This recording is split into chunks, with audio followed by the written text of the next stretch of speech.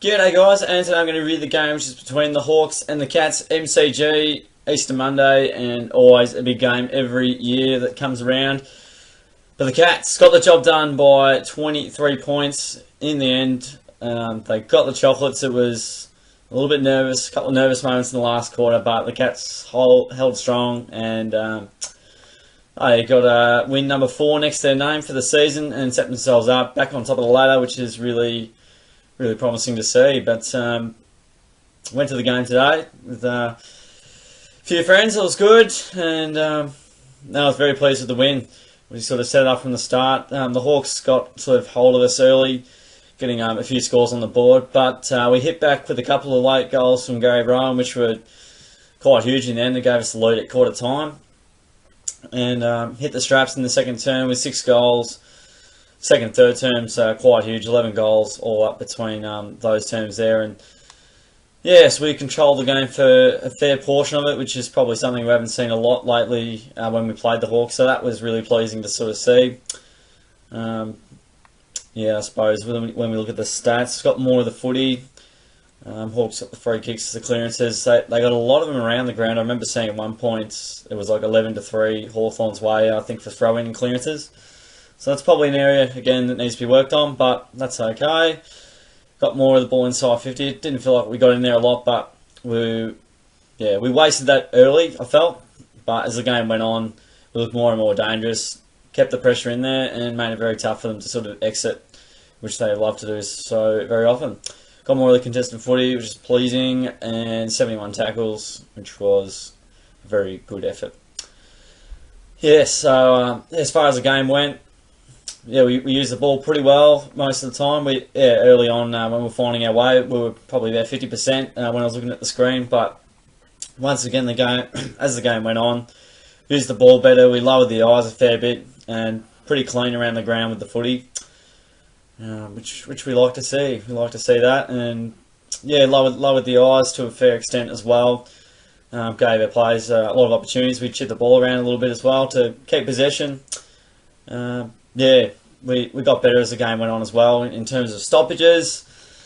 Yeah, certainly at the centre clearance, and very solid down back. I was very impressed with the defensive 6. There was a lot of sort of intercept marks when Hawthorn would dump it in, or they were on a dangerous transition. But Cole Jasny chops across, or you get an O'Connor or a Blitzarves. They were exceptional defensive unit down back, and a big reason as to why we won the game.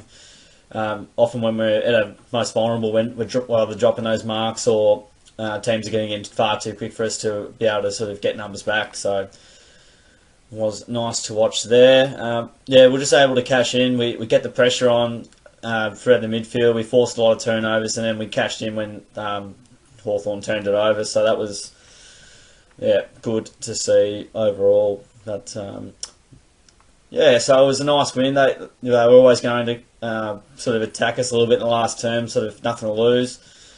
And we kicked a couple late and settled the nerves a little bit. I was fairly nervous. I'm like, this is going down to the wire again. No, please no. But a nice, basically 4-goal win. I'll definitely take that every day of the week against the Hawks, who had a fair bit out, to be fair. And Shields out, Burgoyne out, and Frawley was out. Stratton was a laid out, so they had a lot out, and we should have won. And we've done so, cashed in on that opportunity there. The Hawks certainly had a few contributors. Henderson, McAvoy, and Warpool were very impressive. Sicily getting plenty of the footy. O'Meara is solid, but the votes, and I'm still trying to figure it out. I reckon I've got something. Yep. Okay. All right, I've got my 3-2-1. I need 5 votes for these ones, guys. There's so many players I want to give votes, but 3 votes to Tim Kelly. Responded very well after probably his worst game of his career last week with Matt DeBoer tagging him like no other. He got the 29 touches today, 5 marks, 3 tackles, and 2 goals. Had pretty good times. So silky and clean with the ball. Uses it so well. Always looks like he has time and space, and delivered on the big stage as he knows how to do. I'm going to give the 2 votes to Gary Rowan. Gaz. He kicked, he had 12 touches, 4 marks, couple of tackles next to his name, which were really solid, and 4 goals. We won by 4 goals. He kicked 4, so that helps out significantly. Again, yeah, when we were sort of needing something in the first term, he stood up, and it was a real viable option up forward, and a real focal point for us. That's the word I was after. Got there in the end, but yeah, Rowan, his pressure acts are excellent around the ball as well. He loves to close players in, and even if he doesn't tackle, he applies a lot of pressure, which can force mistakes as well from the opposition. And I'm going to give the 1 vote to Blitzarves.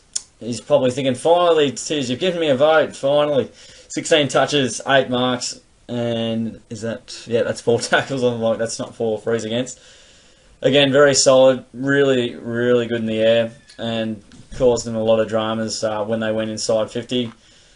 And look, he's been exceptional down full back for us. And again, I could give votes to Ablett and Selwood and Dangerfield and Guthrie and Dalhouse, and Stanley was solid, and Duncan was really good. Stewart was pretty solid. Taylor was racking up the footy. I think he had 10 touches in the opening term, so that was good. And Atkins 7 tackles. So yeah, a lot of players winning their positions, which helps. So it's, I guess the player review. So yeah, Selwood getting back to some of his better footy. I think he played more in the actual midfield, so that helps in the guts. Dangerfield was reasonable. 28 touches. Ablett kicked 3. Vital goals. Kicked 2 in a row when we really needed something. Dalhouse's tackling and handball is supreme. Stanley may have got only kicked 2, so I'd probably say about level pegging with Big Boy McAvoy, but he's certainly got plenty of hitouts there. I'd say they'd call it pretty even Stevens there. Yeah, Duncan again getting enough the footy. Myers kicked a goal, and it was quite crucial. Stewart, good. Rowan, very good. Hawkins had a quiet one today. To kick 1 goal though, and for us to beat Hawthorn, you'd normally have to have him kick 3 to 5 goals for us to win, but that was nice. Taylor kicked a goal and was very good. Meningol was a little bit quiet, didn't use the ball as well, so he's seen better days, but he'll be better for the run. O'Connor just looks really solid down back. Don't want him kicking in anytime soon, but I like the way he went about it. Atkins got a bit of the footy, and he's in for his tackles, and 7 is a very nice number. Colo did really well in the air and used the ball pretty well for most of the afternoon. Clark struggled a little bit across the game. He got the 10 touches, wasn't super damaging, and there was times where he got a little bit overwhelmed. Henry was good. I didn't see him too much, I think, in the second half. Parfitt, I think, went off with an injury, and Radigalia, he's a bit of a tease, and I don't know if you put him in the 2s or not, but yeah, chopping block / player review. Tui might come back in for Clark, you would suggest. Parfitt, if he's injured, you'd imagine Constable, like for like there, would come back in.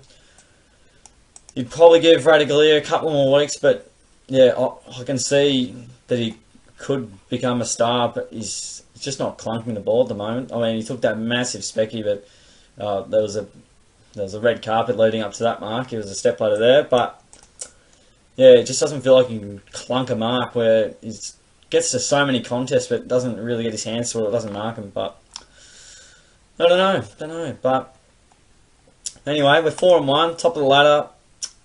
Can't be doing much more really, but we've got the West Coast Eagles, who won't be too wrapped with their result with Port Adelaide tearing them to shreds really. So we've got them coming down the highway.